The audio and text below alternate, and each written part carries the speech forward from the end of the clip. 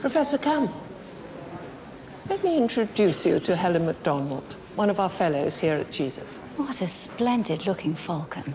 Hawk. Yes, falcons and hawks are as different as cats and dogs. Falcons are aerial hunters, like fighter jets, and hawks are like Apache gunships.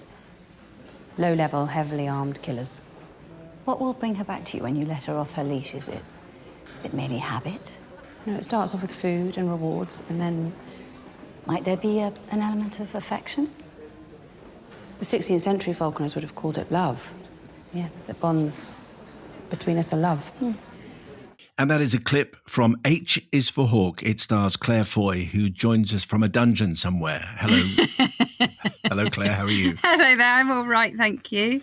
Thanks for having me. Well, it's very nice to see. We've been talking about you for a number of weeks because your dad emails the podcast, and we said to him, could you put in a good word for us, please? And lo and behold, here you are. So I'm not quite sure how involved your father was in getting you onto the show, but we like having you on. Thank you. I'm just so mortified that my dad is like, I mean, it's very understandable that he's your number one fan. But I do wish he'd stop communicating quite so much with you. He's played it to me at Christmas. He played me the clip at Christmas. With us beseeching you to come on the show. I know. It's very funny, but yeah, he's a big fan. I hope we didn't appear too needy.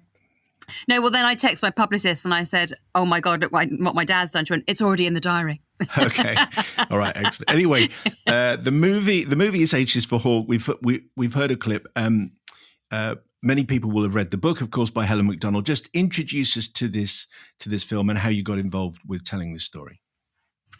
Yeah, so it's a New York Times bestseller memoir by Helen MacDonald, and it's basically about the loss of their father. Their father, Alistair MacDonald, was a very, very well-respected and well-known photographer, and he died very suddenly. And the memoir kind of follows the sort of very non-linear thing that is grief, and through that grief, Helen, who was already a falconer, decides to train a goshawk, which is like notoriously the most difficult of all the kind of birds of prey to have a relationship with. And this bird, Mabel, sort of, I wouldn't say it's not twee. It's not sort of like a journey of like, and then Mabel helps her feel okay. Yeah. It's more that communing with nature and with this wild animal who hunts and kills, and being so close to death allows Helen to kind of come to terms with their loss in a way, I suppose. Just explain a bit more about the goshawk, just because this will be, I think, the first time for the overwhelming majority of people that we've been so close to such an extraordinary bird. Why is it considered an extreme falcon? I think because there's like hobbies and there's kestrels, and they're sort of considered to be the sweet sort of smaller birds of prey that you can very easily as a human being kind of pick up cues of affection, and then you have falcons, which are incredibly impressive and fast and sort of seen to be the most superior of all the kind of birds of prey. I mean, then you have eagles and things like that. I don't think people are expecting, that an eagle is going to be particularly friendly, although they are actually, and I've met a few. But goshawks are supposed to be kind of a bit, grumpy and difficult and hard to win round, and they only do what they want to do. They won't be manipulated. They won't, and they're very, isolated anyway. Goshawks themselves don't, the male and female coupling isn't like a thing that exists. They don't sort of nest together and things like that. They're very, very solitary birds. And so I think it's just that kind of like, why would you tackle such a difficult kind of creature, really, is the opinion. Yes. And why did Helen choose such a difficult? Was it because it was so difficult that she went for the goshawk?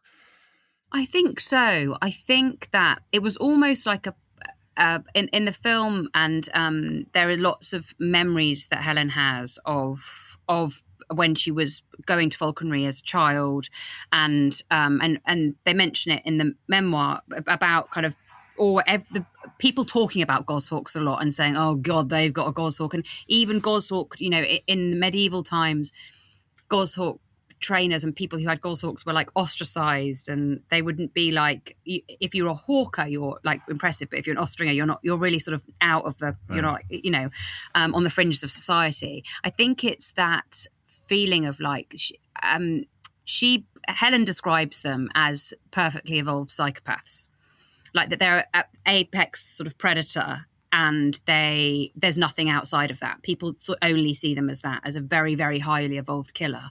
And Helen wants that distance, wants that lack of humanity, because being a human being hurts quite a lot, especially when you've, the love of your life, basically your father, who you, was so close to, passes away. You don't want to have to be human anymore. It feels like such a too painful thing to have to do. And I think that Helen speaks to the fact that they wanted to be more like the goshawk. They wanted to be above everything. They wanted to not be weighed down by, feelings and, the kind of the overwhelming responsibility for being a human being sometimes. So your character is then trying to isolate herself. Would that be correct? Almost becoming less human, not looking for a way out of the grief, but to actually insulate herself in it. I'd say so. Yeah, I don't think that's like a logical. Like, I don't think Helen's aware that that's what she's doing during this film, but I think it's a way of gradually over time, Helen withdraws from loved ones, family, and Mabel becomes the only thing really that makes any sense. And because it's so vivid, and because when you're hunting with a bird of prey, especially a goshawk, it's so visceral and so that you're so connected, you're so in the moment, and you're so kind of in nature, and you're so connected to what it feels like to be alive. There is no afterlife. There is no what's happening next. There is no dead fathers or lost loved ones. It's just that moment, and that is so powerful that I think it's addictive, and it becomes a way of feeling. I think Helen speaks to the fact that people often turn to drink or to drugs, and I think it's a way of getting feeling back in your body when you feel so numb, really.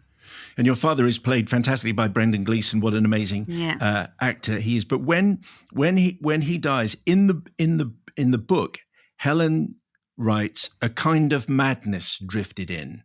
They're her words. Is that how you would describe what you're doing in this film after your father's death?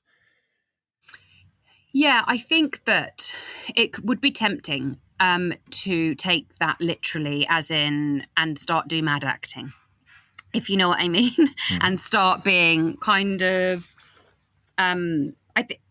extrovert, I suppose, declamatory in some way. But I think that it's often, I find in my experience of being alive, is that the madness can feel so extreme inside, and only the people close to those people can pick up on what those cues are. But seemingly, for a while, everything's sort of okay. In the aftermath, everyone's sort of okay. They're continuing to go to work. They're continuing to go to social events. And it's just over time, gradually, that sort of seeps in. And the madness is in behaviour. It's how you're outwardly showing it to people, and the disconnect between people thinking that what you're doing is odd and you thinking it makes total sense, and you can't quite understand why they would think that was strange. I think that was how I interpreted that feeling of kind of people from the outside not really getting it.